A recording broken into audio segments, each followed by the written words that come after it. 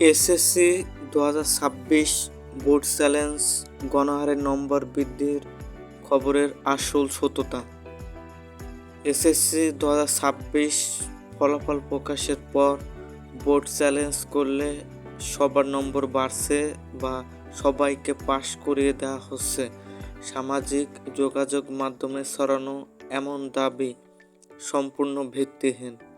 শিক্ষা বোর্ডের নীতিমালা অনুযায়ী পুনর্নিরীক্ষণে কোনো উত্তরপত্র নতুন করে মূল্যায়ন করা হয় না।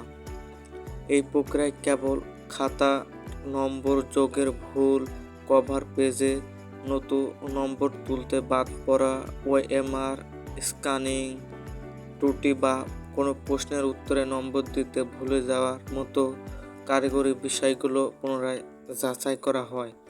কেবল যাদের খাতায় এ ধরনের নির্দিষ্ট ভুল পাওয়া যায় তাদেরই নম্বর সংশোধন হয়ে ফলাফল উন্নত হয়। অন্যদের রেজাল্ট অপরিবর্তিত থাকে।